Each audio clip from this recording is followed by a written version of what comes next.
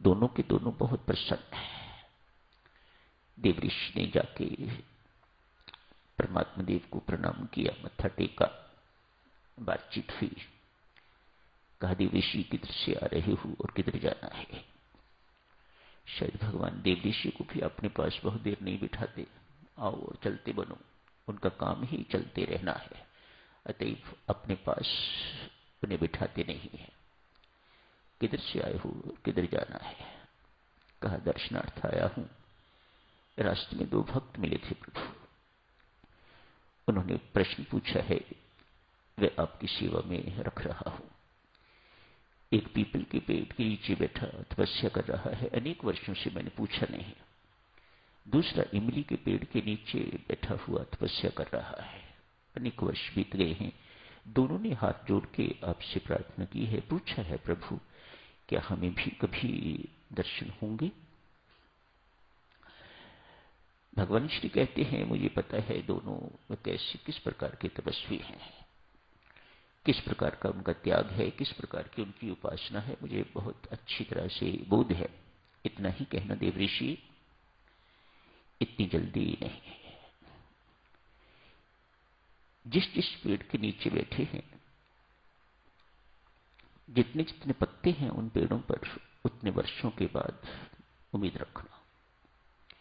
इमली के पेड़ के पत्ते गिनो, आदमी गिन नहीं सकता। पीपल के पेड़ बाहर हैं, देखो कैसे फैले हुए हैं, इनके पत्तों को गिना नहीं जा सकता। इतने इतने वर्षों के बाद भगवान ने आज कहा, दर्शन होने की संभावना है, होंगे इतने वर्षों के बाद। देव ऋषि ने बेचारे ने हिम्मत ही नहीं की वहां बैठने की, झट से प्रणाम किया और चलते बने। कौन कोई आर्गू कर सकता है, कौन कोई कह सकता है कि प्रभु ये क्या कर रहे हो आप? तनिक सोचो तो, पीपल के पेड़ के पत्ते कितने और इमली के पेड़ के पत्ते कितने, उतने वर्षों के बाद किसने ये हिसाब किताब देखा है? चरण छुए और चलते बने। उसी रास्ते से निकले, दोनों ने रोका,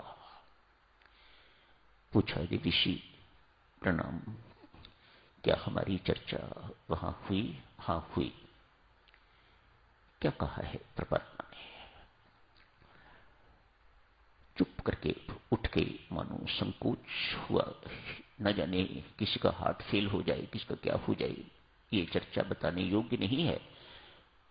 परमात्मा ने क्या कहा है, अतएव चलना चाहा तो उन्होंने रोका। देव ऋषि, कुछ भी हो, हमारी चर्चा तो वहां हुई है ना? हाँ हुई है। तो फिर जो भगवान ने आदेश दिया है, मेहरबानी करके हमें बताओ। दोनों को बताया। दोनों को बता के जो इमली के पेड़ के नीचे बैठा हुआ था, तनिक ऊपर झांक के देखा तो अनगिनत पत्ते, मानो अनगिनत वर्षों के बाद दर्शन होंगे। अतएव निराश हताश होके तो साधना उपासना छोड़ के तो चल गया। दूसरा जो था पीपल के पेड़ के नीचे बैठा हुआ, वह उतावला नहीं था। ये सुन के कि इतने वर्षों के बाद परमात्मा ने कहा है, इतने वर्षों के बाद मुझे दर्शन होंगे, इस बात का अपार हर्ष है उसे। कम से कम परमात्मा ने ये तो कहा है कि मुझे दर्शन होंगे।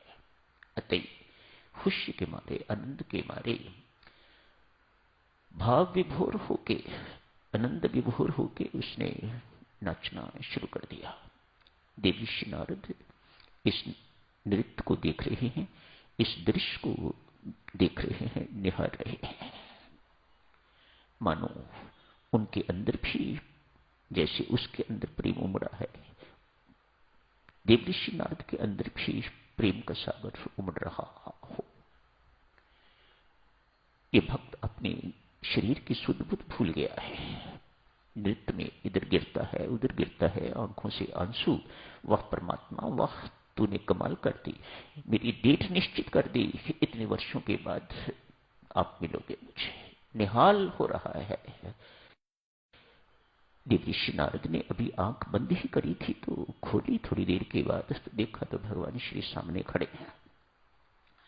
देवर्षि ने प्रणाम किया, चरण छुए, कहा, महाराज आपने तो कहा था इतने वर्षों के बाद दर्शन दूंगा, आप अभी प्रकट हो गए।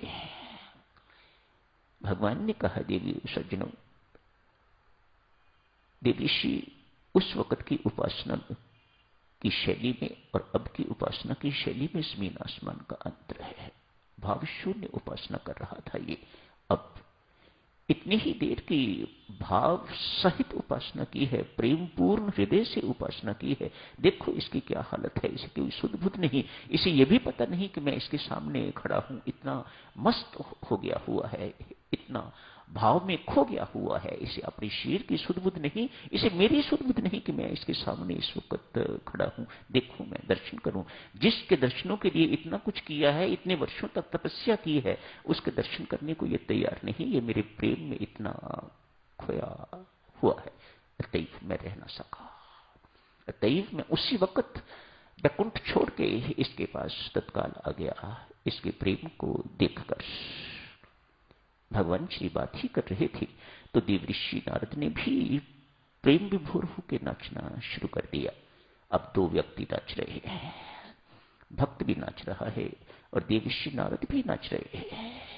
इनको देख के तो भगवान ने भी नाचना शुरू कर दिया। तीनों ही नाच रहे हैं, मानो एक दूसरे का हाथ पकड़ के तो नाच रहे हैं।